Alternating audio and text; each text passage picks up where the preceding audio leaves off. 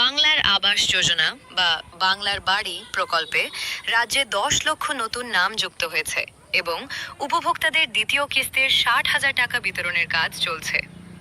বাড়ি তৈরির জন্য মোট 1,20,000 টাকা 3টি কিস্তিতে সরাসরি উপভোক্তার অ্যাকাউন্টে জমা দেওয়া হয়। দুর্নীতির অভিযোগ ঠেকাতে আবেদনকারী নিজেই আবাস প্লাস অ্যাপের মাধ্যমে আধার যাচাই করে আবেদন করতে পারবেন। আমি হুমায়রা কুরেশি। দয়া করে আমাকে একটু সাপোর্ট করুন, সাবস্ক্রাইব করুন, লাইক, কমেন্ট, শেয়ার করুন। ফেসবুক থেকে দেখলে ফলো করুন। সর্বশেষ আপডেট ও নিয়মাবলী আর্থিক সাহায্য। বাড়ি তৈরির জন্য মোট 1,20,000 টাকা 3টি ধাপে দেওয়া হয়। প্রথম কিস্তিতে 60,000 টাকা, দ্বিতীয় কিস্তিতে 50,000 টাকা এবং তৃতীয় কিস্তিতে 10,000 টাকা প্রদান করা হয়। নতুন তালিকা। সম্প্রতি এই প্রকল্পের আওতায় আরও 10 লক্ষ নতুন নাম যোগ করা হয়েছে এবং দ্বিতীয় কিস্তির টাকা দ্রুত বিতরণের নির্দেশ দেওয়া হয়েছে।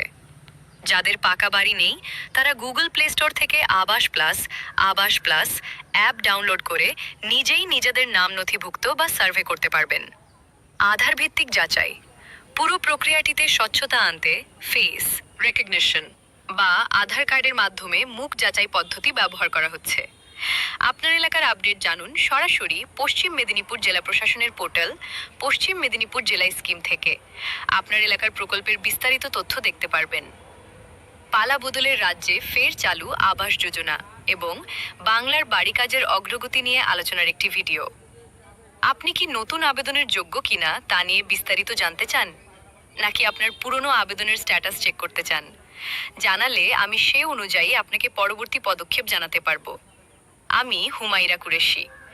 দয়া করে আমাকে একটু সাপোর্ট করুন, সাবস্ক্রাইব করুন, লাইক, কমেন্ট, শেয়ার করুন।